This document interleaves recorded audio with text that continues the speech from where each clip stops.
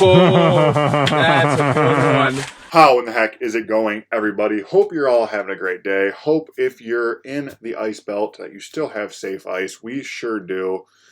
Safe, very snowy, very slushy ice, but if you can battle that, you can still get out and fish. As you can tell from the title, this is another burbot fishing video. Went out to what is probably hands down overall favorite burbot spot. We never go out there and get numbers. I think we had one fluke day. We caught like 24 in one day, which is, before that, maybe the best day we had out here was like 12.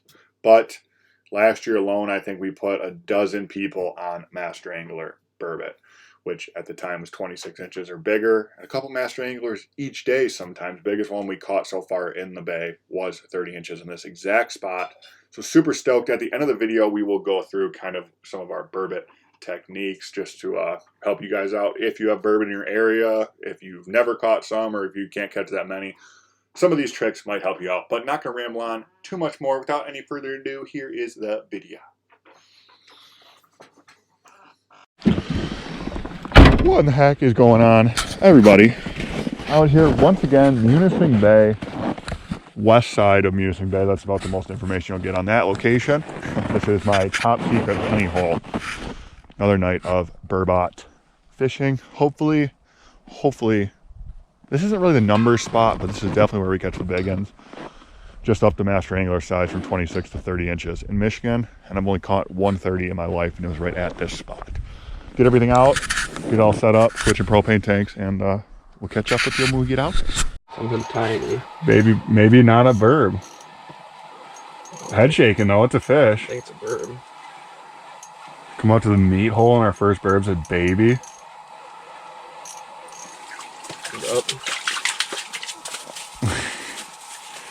Little baby bird. We got one. Hooked up, hooked up.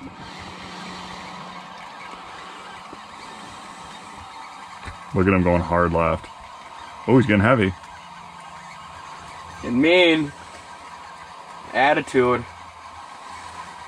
Fudge. Good recovery there. A little bigger than the one I... Oh, that one. one pretty cool color on him though. Yeah, too. he has a classic cool one. Skinny little bugger though. Gator rolling.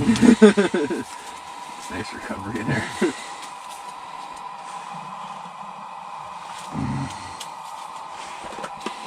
Yeah, he's pooping. He's pooping. Oh, that's in my finger. Oh, he pooped everywhere. Close enough to the bucket. Keep that door open for a second. Not even close to the worst poop I've ever smelled from a burbot. I don't care. It don't smell good. I know, but...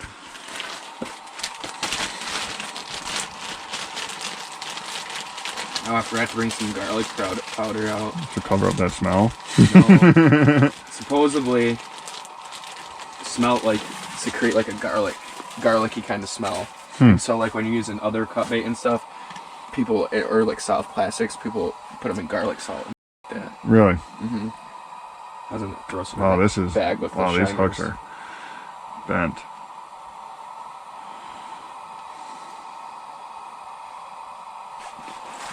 Definitely a bent hook. Maybe I can get the slush out of my hole now. I just got dropped off there. Went down into Narnia. Yeah, I'm still dropping down into look it. I know, that's what I just had. No, look it. That just went for like a good 4 or 5 seconds. Don't make no sense, Ricky Bobby. All right, just got to jump in here quick. What you guys just saw there, we kind of found this spot. It's a complete fluke. The overall drop off on this whole area where we fish is like a 45-degree angle. And we usually try to target in this spot anywhere from 60 to 100 feet of water. And right where we found, not really 100% sure how deep it is, 65 to 80, I would imagine.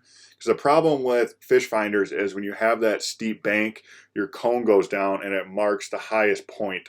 So when you're watching the fish finder, which usually we don't even bring it out to this spot, your bait will hit what appears to be the bottom on the fish finder and then will drop another 10 feet.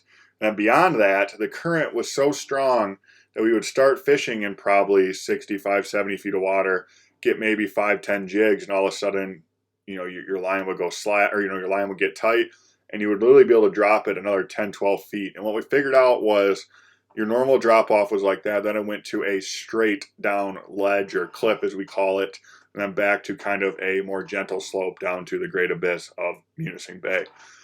And what we were finding out, not really sure the logic behind it, was that the bigger burbot, the ones that Alex caught, because I couldn't catch a big one to save my life, for whatever reason, like to hang out along the top of that cliff. And as soon as you came over that and dropped down to the bottom, it seemed like the other burbot were kind of using that as a highway and just going right, a burbot run, I guess you could call it. That might be the right term. I have no idea. Kind of just swim along that. And as soon as you got down there, usually it wasn't more than 5-10 minutes, and I'd catch a dinker. But back to the video. Feels a little heavier. Definitely not a big one. I hope it's not a burbot, but more than likely. The first coho of the year. Maybe something else. If he doesn't poop, I'll be real happy about it. It's a little one. God, what the heck? Yeah, you said this is where the big ones live. Not this year, I guess. I think they're related to... Oh, he got off easy. Oh, just... Open your mouth, Larry. Larry the liar. Did I make that into the bucket? It sounded like it. I don't think so. Close enough. There's only 2 in there. I think you made the last one. That sounded like you did. I'll give you that much. Saved my bait for me too. What a good guy. A little mangled. Happens when you beat it off 100 rocks before you catch a fish. Good one. Looks like a good one. Feels a little decent. Was that on bottom? Right. I lifted it up off bottom and it hit it.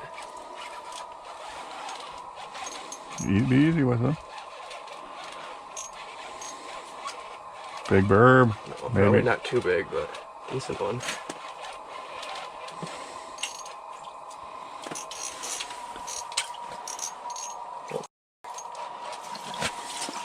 Oh, that's a good one. That is a good one. That's a good one. That's bigger than anything we caught last night. Yeah. Holy moly. Holy moly. That's one I haven't heard in a while. Yeah, me neither. I'm gonna get that one on the old Instagram. Woo! Yeah, that's why we come to this spot. For a second there, I was thinking that wasn't a burb. Oh, Billy, we got our first big burb of the night. Woo! Big mama. Looks a little bigger than the other one, too. He's getting a little mean.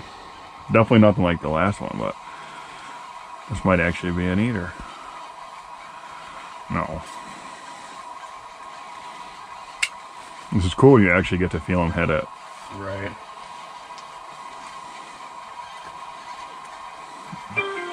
Doo-doo-doo. Oh. Oh my God. Freaking, what the heck? Please don't poop on me. Sweet baby Jesus.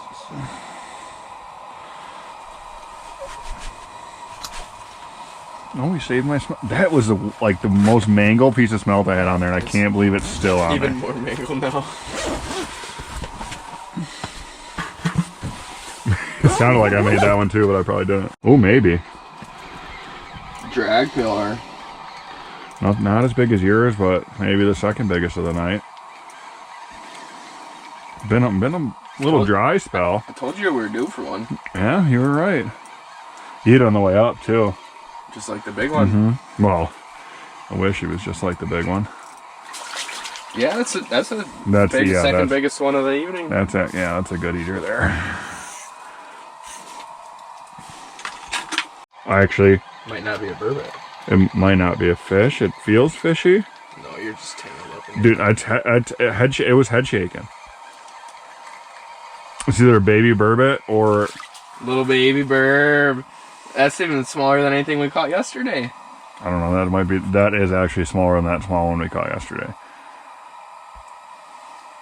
Do I drop it back down there and try and catch a bigger one? Yeah, let's catch it. Let's catch that 40-pound lake trout. Look at that. He's cute though. Cute little bugger. He hit it way on the way up. When you're that small, you gotta feed when you can. He's a good Kyle bait. Oh. Oh! I'm sorry, brother. I'm sorry. Did he make it out or No, Burbot slime in the eye. I heard that's actually good for your skin. Kind of like aloe vera. Moisturizer. Yeah. Burns. I knew when you didn't bring that bottom zipper down anymore, it was gonna go bad. Oh, I knew it wasn't too good, but I didn't think it was gonna go that bad.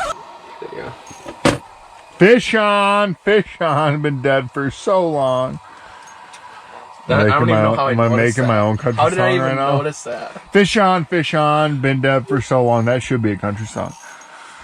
Look, feel Decent. Decent? Decent. Decent. How did I even notice that? Oh my god. I got someone else's line too. Oh yeah, you got your The own line over here. Okay, well that's a good one. She's getting a little bit of an attitude. Oh my god, they're still a little You're baby gonna catch though. those baby burbots tonight. What the heck, dude? I haven't caught many, but I've caught a couple nice ones. Gonna loosen my drag and pretend they're big. Oh my god. That's a decent one. That actually is a okay one. Yeah, that's an eater. That's an eater. Right on the top of the rock wall. Like I said, I caught my two big ones on the top of the rock wall. Yeah, remember that time I caught a little one on the top of the rock wall?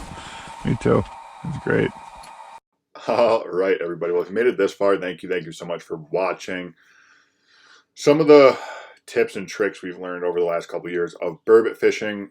Once again, you have to have something that glows for burbot. Yes, you can catch them without glow, but something that glows is definitely more effective.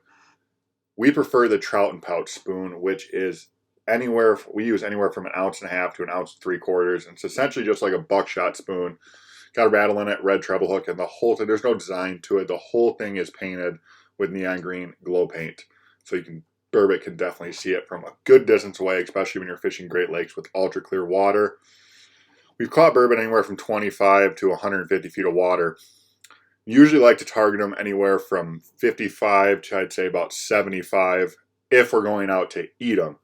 What we found is if you catch them any deeper than 50 to 55 feet of water, regardless of how slow you bring them up, you could bring them up 5 feet, let them kind of decompress. You could try, bring them up another 5 feet, let them chill out, bring them up another 5 feet. Doesn't matter how slow you bring them up. Their air bladder blows right out of their mouth, and you can shove them down the hole. But we've had it at times, where the fishing's been slow. Hour and a half, 2 hours goes by, and all of a sudden here comes the burbot that you released swimming out of your hole, and dang near gives you a heart attack. But if you've never caught burbot, if you've never eaten burbot, if you have them in your area, I definitely recommend it. I always tell people that I'd pee on a walleye to eat a burbot, and a lot of my buddies would say the same thing. They are honestly, in my personal opinion, the best freshwater fish that we have here in Michigan to eat. And I guess I'd say all across the Midwest because the fish are fairly similar. And I suck at walleye fishing, so it's easier for us to go out and catch burbot. What else do I have to say about that?